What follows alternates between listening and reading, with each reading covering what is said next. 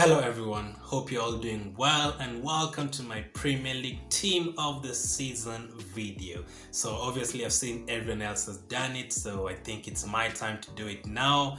A lot of players to consider this season, unlike the other seasons. I remember back in 2015 when Chelsea won the title, you could easily have the likes of Matic there, Diego Costa, Fabregas. A couple of years ago with City, you could easily have the likes of Sané. Last season with Liverpool, they had like 6 players on everyone's list. But this season I think it's a little bit more tighter, and I've made my decisions. I've changed a few players here and there from the obvious ones.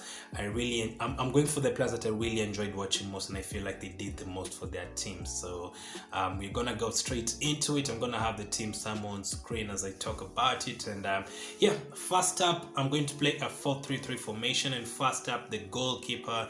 I've considered 3 players. That's Emi Martinez, Mendy and Ederson, but I am going to go for Emi Martinez now. Emi Martinez, Aston Villa were almost relegated last season, and one of the main reasons why is because they had terrible goalkeepers. I remember the mistake Reina made at the end of last season, very costly, almost cost them literally. As well as the game where Sheffield almost beat them when the Hawkeye didn't work and everything, their goalkeeper had made a mistake as well. So I think they really needed a goalkeeper to sort out their issues. Arsenal should really learn from Aston Villa.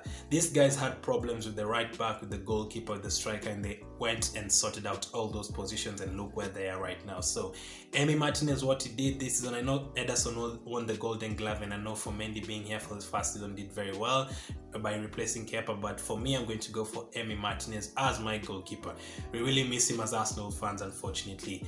In my back four, at right back, I've also considered a couple of players. That's Cash from Aston Villa as well as Cancelo from City. Kufal is on there as well, but I'm going to go for Cancelo.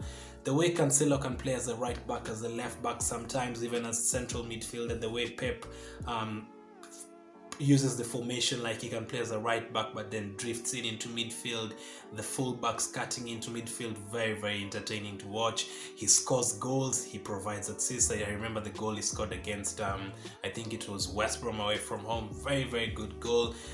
He was at Juventus some few years ago, but he really didn't have that much impact as he's had at City this season, and he's done very well, and I'm definitely going to go for Cancelo as my right back. I'm also going to have a bench of 9 players, so some of these other players that I'm mentioning but didn't put in my lineup will be on the bench.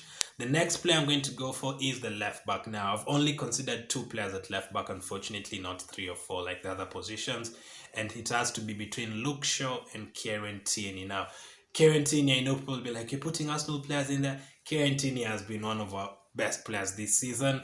The leadership qualities, saving us in few games, scoring goals from nowhere, some classic goals he scored like against West Brom again.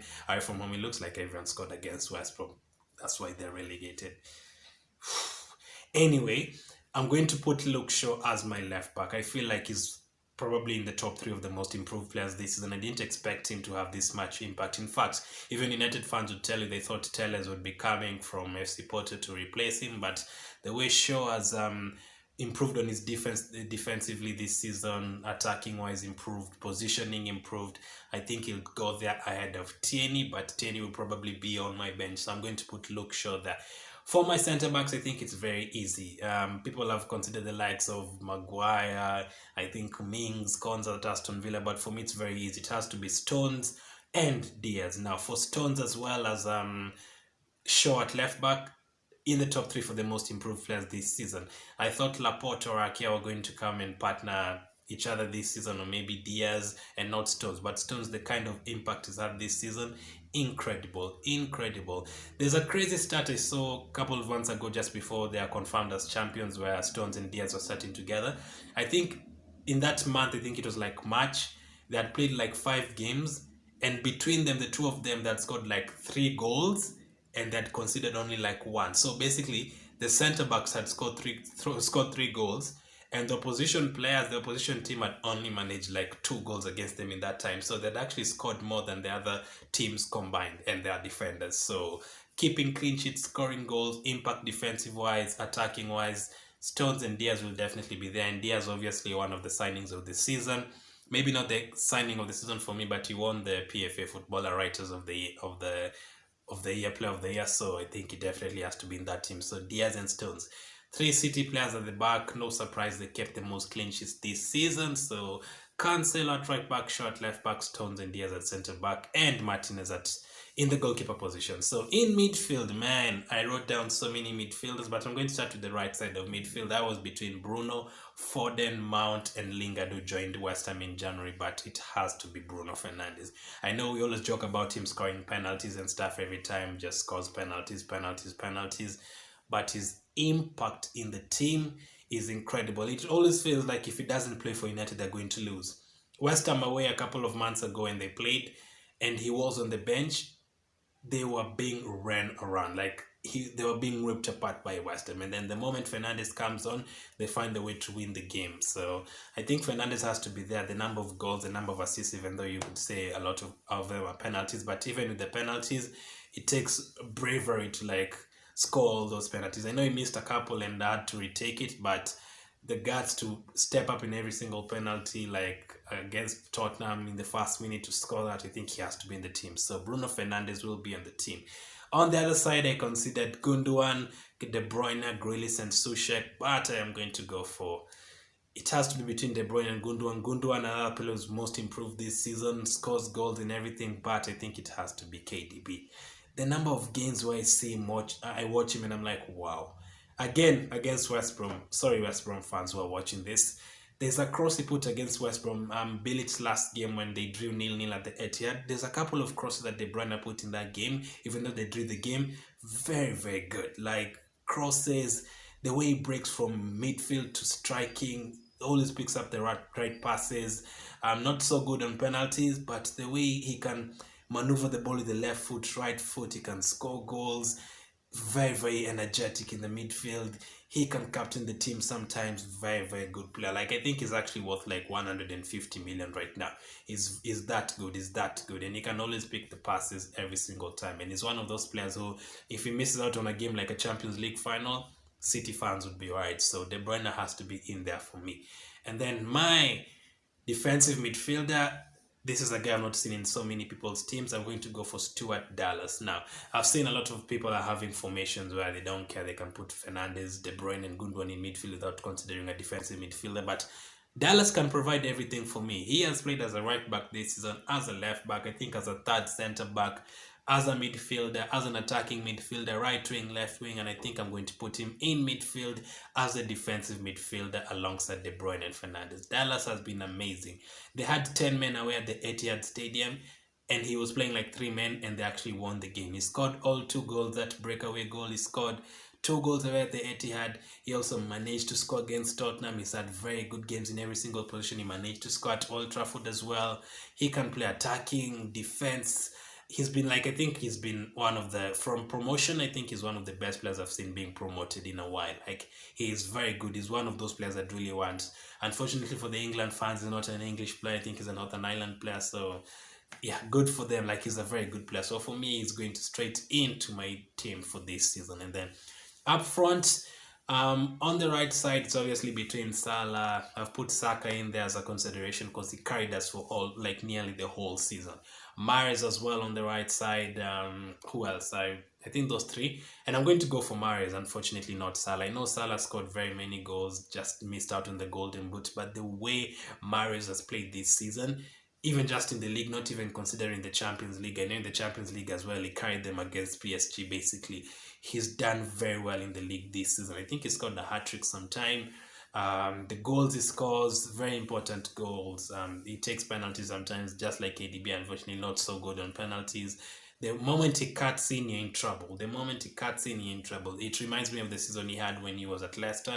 And I think this is the closest he's come to what he had at Leicester. So for me, I'm going to put Mahrez as my right wing. Again, he's done very well this season, and one of the main reasons they've won the trophy this season.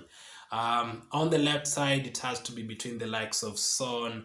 For me, I've put Harvey Barnes in there as a consideration. If he was fit for the entire season, Harvey Barnes would definitely be in there.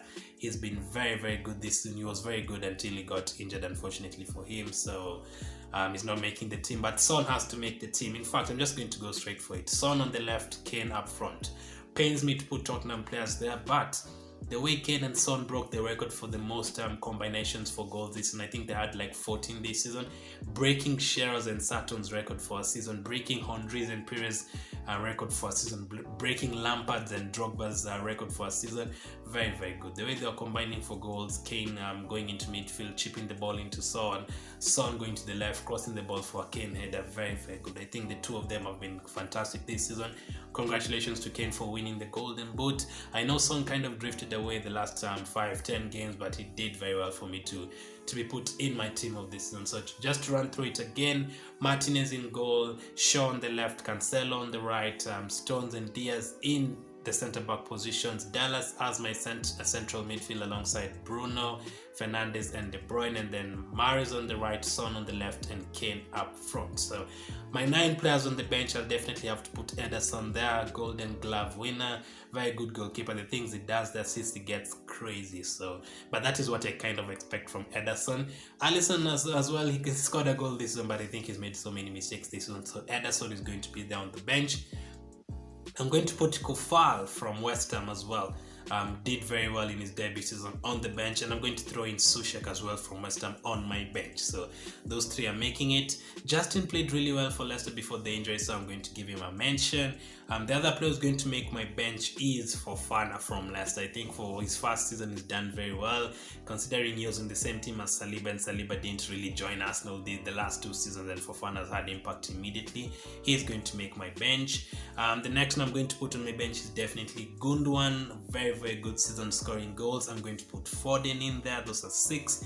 I'm going to put I'm thinking Grealish or Mount, or maybe even both. So I'm going to go for, I don't know, Grealish got injured, so I'm actually going to go for both of them, Grealish and Mount. I think they've had very good seasons as well.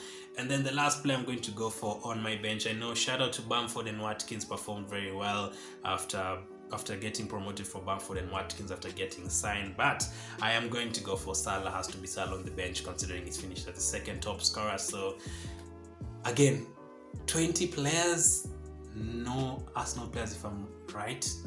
No Arsenal players. Considered Saka and Tini, but I don't think they eclipsed some of these players on that list. So that is my team of the season right there on screen right now.